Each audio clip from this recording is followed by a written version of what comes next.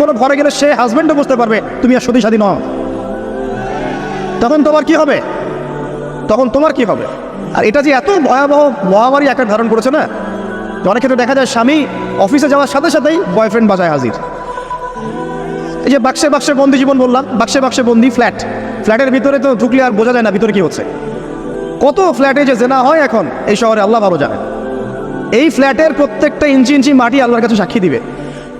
যেখানে যে মাটিতে বসে অবিবাহিত যুবক যুবতী জেনা করেছে আর বিবাহিত যুবক যুবতীরা এবং এই স্বামী স্ত্রীরা জেনা করেছে, এর ইঞ্চি ইঞ্চি মাটি আল্লাহর কাছে কথা বলবে। এর ইঞ্চি ইঞ্চি মাটি আল্লাহর সামনে কথা বলবে। সেদিন জমিন তার খবর বলবে আল্লাহর কাছে। জমিনের কোথায় কোন পাপ হয়েছে সব বলে দিবে। এই জমিনে এখানে দাঁড়িয়ে জেনা করেছে, ওইখানে দাঁড়িয়ে মদ খেয়েছে, ওইখানে কাউকে খুন করেছে, জমিন বলে দিবে। একটা কথা এখানে মাঝখানে বলে দেই, যারা অবিবাহিত যুবক যুবতী আছো, এই লেকচার তোমরা যারা শুনছো, তোমাদের মধ্যে কেউ যদি জেনা করে থাকো, অবিবাহিতর কথা বলছি, তোমাদের কাদের মধ্যে এখন 100 বেত্রাঘাতের শাস্তি ঝুলে আছে। সূরা নূরের 1 থেকে 3 নম্বর আয়াত পড়ে দেখবে, অবিবাহিত যুবক যুবতী যদি জেনা করে তাদের শাস্তি হচ্ছে 100 বেত্রাঘাত, তাও জনসমক্ষে, এবং এক বছরের জন্য নির্বাসন। এই বিধানগুলো যদি পৃথিবীর কোনো দেশেও না থাকে, আসমানে আছে। মরার সাথে সাথেই এই বিধান কার্যকর হবে ইনশাআল্লাহ। বাঁচার মধ্যে কি একটাই উপায় আছে। এই লেকচার কানে চলে গেছে, অনতিবিলম্বে ওযু করবে।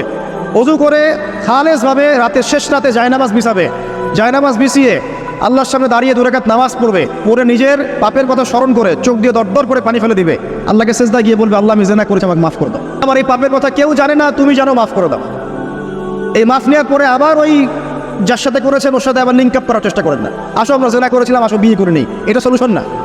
জেনা করেছেন, আগে তওবা করে ফিরে আসতে হবে, তারপরে পুরো জীবন ইসলামিক লাইফ লিড করতে হবে। আল্লাহ যদি দেখেন যে হ্যাঁ আপনি ঠিকঠাক তওবা করে আল্লাহর কথা চলছেন, আল্লাহ তখন আপনাকে নেককার রিস্ক দিবে ইনশাআল্লাহ। এই একমাত্র রাস্তা যুবকদের জন্য এবং যুবতীদের জন্যও। যুবকরা না হলে পার পেয়ে যেতে পারে, কারণ একটা কথা সমাজে প্রচলিত আছে না, যে ছেলে মানুষের ইজ্জত তো সহজে যায় না, গোপন হয়ে গেছে, কেউ জানে না, আল্লাহ মাফ করে দিয়েছেন, সে হয়তো পার পেয়ে গেল। কিন্তু এই যে মেয়ে, তুমি যে 8-10টা ছেলের সাথে জেনা করেছো, তোমার ইজ্জতের কি হবে? তোমার যে সতীত্ব তুমি নষ্ট করেছো। তুমি তো বিয়ের পর কোনো ঘরে গেলে সে হাজবেন্ডও বুঝতে পারবে তুমি আর সতী সাথী নও। তখন তোমার কি হবে? তখন তোমার কি হবে? বিবাহিত যারা আছে, এই যে দেবর আর ভাবি, এই যে শালি আর দুলা ভাই, মধুর সম্পর্ক না এগুলো? দাঁড়াও, এগুলো মধুর সম্পর্ক। দেখা যায় সুবহানাল্লাহ, এই যে আমার এখানে ফোন আছে না, আমাদের অফিসিয়াল পেজ আছে, অফিসিয়াল পেজে যত প্রশ্ন আসে দেখি ম্যাক্সিমাম জেনা কেন্দ্রিক, ব্যভিচার কেন্দ্রিক, পরকীয়া কেন্দ্রিক।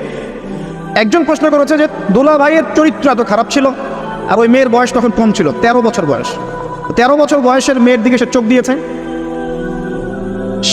যাকে বিয়ে করেছে তার সাথে তো সম্পর্ক আছেই, যাকে বিয়ে করেছে ওর সাথে তো সম্পর্ক আছেই। তারপরে আপনার শালীর সাথে সম্পর্ক। এখন শালীর সাথে তার 2 বছর ধরে সম্পর্ক করার পর সেইগুলোর ভিডিও ধারণ করে তাকে ব্ল্যাকমেইল করছে যে যদি আমার সাথে খারাপ কাজে সে রাজি না হয় তাহলে এই ভিডিওগুলো ভাইরাল করে ফেলবে। এই যে অনলাইনের যুগ, এখন তো মানুষ নিশ্চিন্তে মানুষ যে একটা প্রাইভেট লাইফ লিড করবে সেটাও করতে পারে না। প্রাইভেট লাইফের সব কিছু রেকর্ডেড হয়ে যায়, হয় না?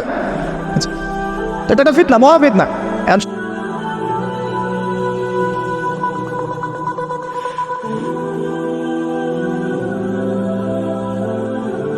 ব্ল্যাকমেইল করে এই শালীর সতীত্ব নষ্ট করলো 1 বছর 2 বছর না, 3 বছর ধরে। এখন এই মেয়ে প্রশ্ন করছে পেজের মধ্যে যে এখন তার মানসিক অবস্থা এতই খারাপ, সে জিজ্ঞাসা করছে আমি যদি আত্মহত্যা করি তাহলে আমার পাপ হবে কিনা। এই মেয়েটা যদি আপনার বোন হতো কি করতেন? আল্লাহ না করুক এই মেয়ে যদি কারো মেয়ে হতো তাহলে কি করতেন আপনি? আপনার কাছের কেউ হলে আপনি কি করতেন? এখানে ওই শাস্তিটা না বলে সামনে যেতে পারছি না। শোনেন, যারা বিবাহিত ব্যক্তি হওয়ার পরেও পরকীয়া করেছেন, বিবাহ করার পরেও পরকীয়ার পাপে লিপ্ত ছিলেন বা এখনও আছেন, জেনা হোক না জেনা হোক করেছেন,